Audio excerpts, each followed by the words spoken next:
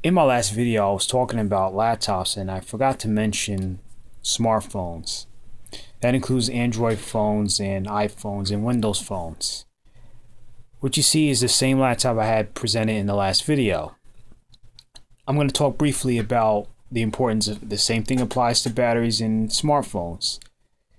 And like I said, these could be difficult to replace, especially these iPhones, because the battery is internal and you need somebody with professional tools, or you need to take it back to the iPhone store or AT&T or Sprint, wherever you got your phone from, to replace it.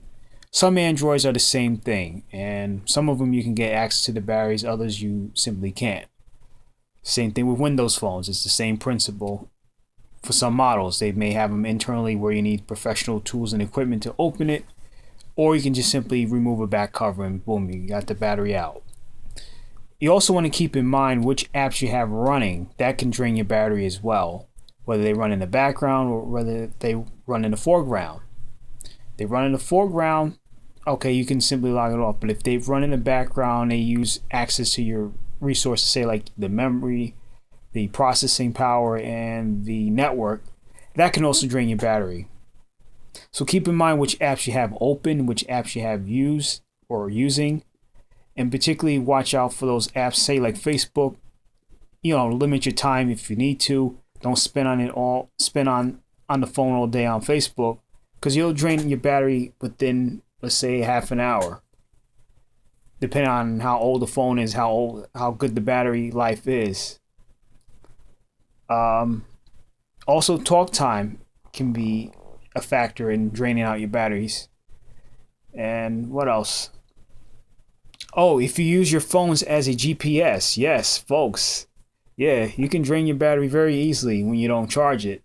So if you're going to use your phone as a GPS, which the GPS is already built into these phones, it's just a matter of getting the app to work with it.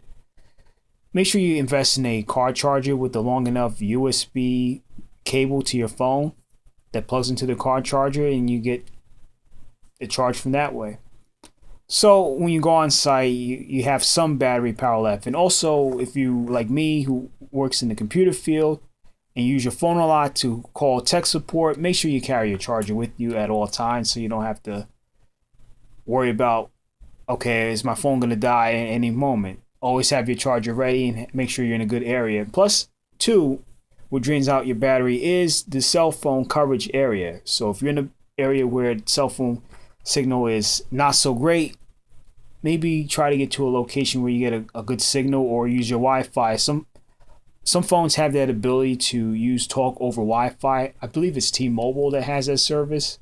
I'm not sure about Metro PCS or some of their phones or some of the other bargain cellular companies that have that service. But yeah, check into using the Wi-Fi talk or talk over Wi-Fi feature on your phone and see if that works. I'm going to keep this video very brief, but I just wanted to point out the same rules apply to smartphones as well. And if you can afford to have two smartphones or just a regular flip phone for talk, I would say invest in a second phone just in case your main phone or your smartphone runs out of battery.